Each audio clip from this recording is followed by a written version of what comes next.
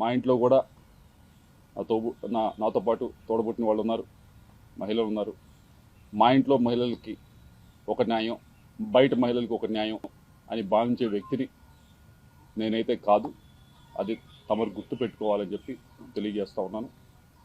రెండో విషయం, ఏదో ల్యాండ్ విషయం అని చెప్పి మాట్లాడారు. ఏదో విశాఖపట్నంలో ఏదో ల్యాండ్ ఉంది అది ఇది మాట్లాడటం జరిగింది. అమ్మ, మేము 45 సంవత్సరాలుగా 1977 నుంచి విజ్ఞాన విద్యా సంస్థ నడుపుతా ఉన్నాం. ఈ 45 సంవత్సరాలు పైగా ఉన్న ప్రయాణంలో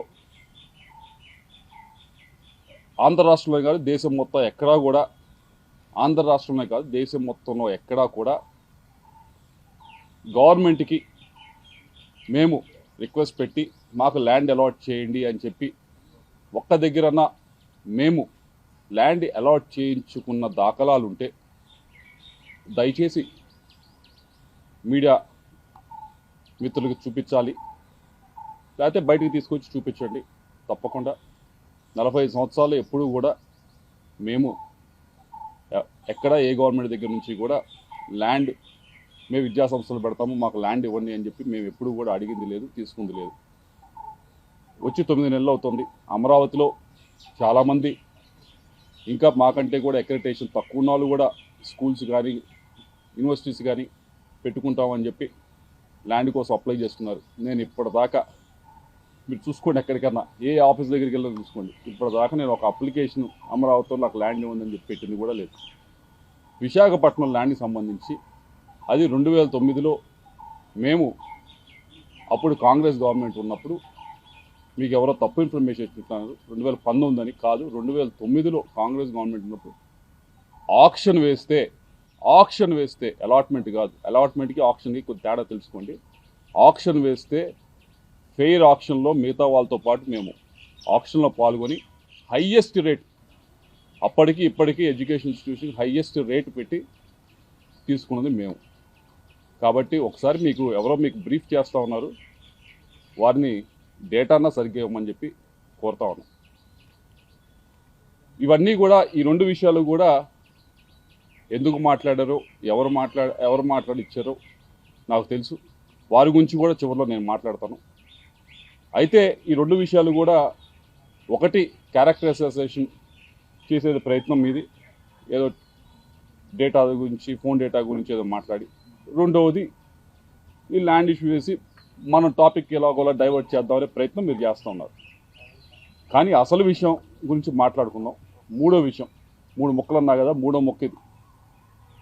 మూడో విషయం ఏదైతే ఈ క్రషర్స్ విషయం, ఏ క్రషర్స్ దగ్గర డబ్బులు తీసుకున్నారు అనే దాని మీద మీరు చెప్పారట, నేనేదో కేసు పెట్టించాను, రెడ్ బుక్లో ఉంది, దాన్ని తీసుకొని ఈ కేసులు చేస్తూ ఉన్నారు, ఈ 9 నెలల నుంచే పెట్టారు.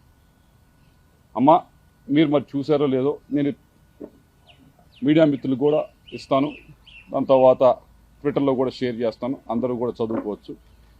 ఇది స్టేట్మెంట్ ఎవరిచ్చారంటే పి జాషువా, ఐపీఎస్ ఆఫీసర్. ఈయనకి సర్వీసు 2040 దాకా ఉంది సర్వీసు. ఆయన కెరియర్ ముందు చాలా పెద్ద కెరియర్ ఉంది. అటువంటి వ్యక్తి ఆయన సంతకం పెట్టి ఈ స్టేట్మెంట్ని ఇవ్వటం జరిగింది. ఈ స్టేట్మెంట్లో క్లియర్గా చెప్పడం జరిగింది ఏమి అంటే, ఈ లక్ష్మీ బాలాజీ స్టోన్ క్రషర్స్, దీనికి ఈ యాజమానికి నాకు ఎటువంటి బంధుత్వం లేదు, ఎటువంటి బిజినెస్ పరంగా ఏమీ లేదు, నాకు ఎటువంటి ఇది లేదు.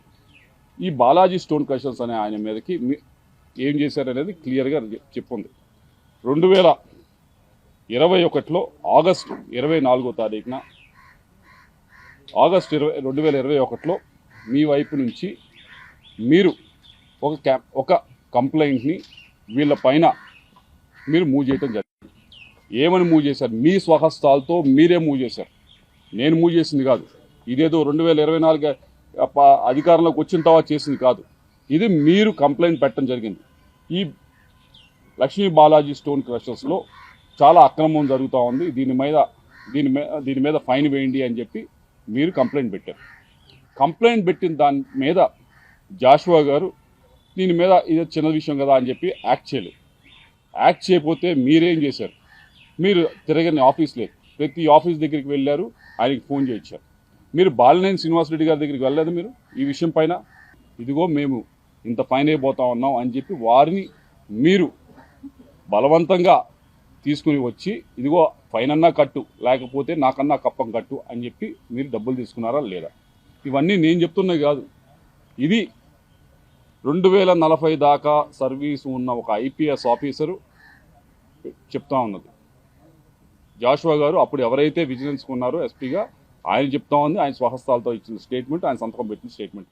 చూసారు కదండి. మరి ఈ వీడియో కనుక మీకు నచ్చినట్లయితే ఒక లైక్ కొట్టేసి మీ అభిప్రాయాన్ని కూడా కామెంట్ బాక్స్లో తెలియజేస్తూ ఇలాంటి ఇంట్రెస్టింగ్ అప్డేట్స్ కోసం మా ఛానల్ని సబ్స్క్రైబ్ చేసుకోండి.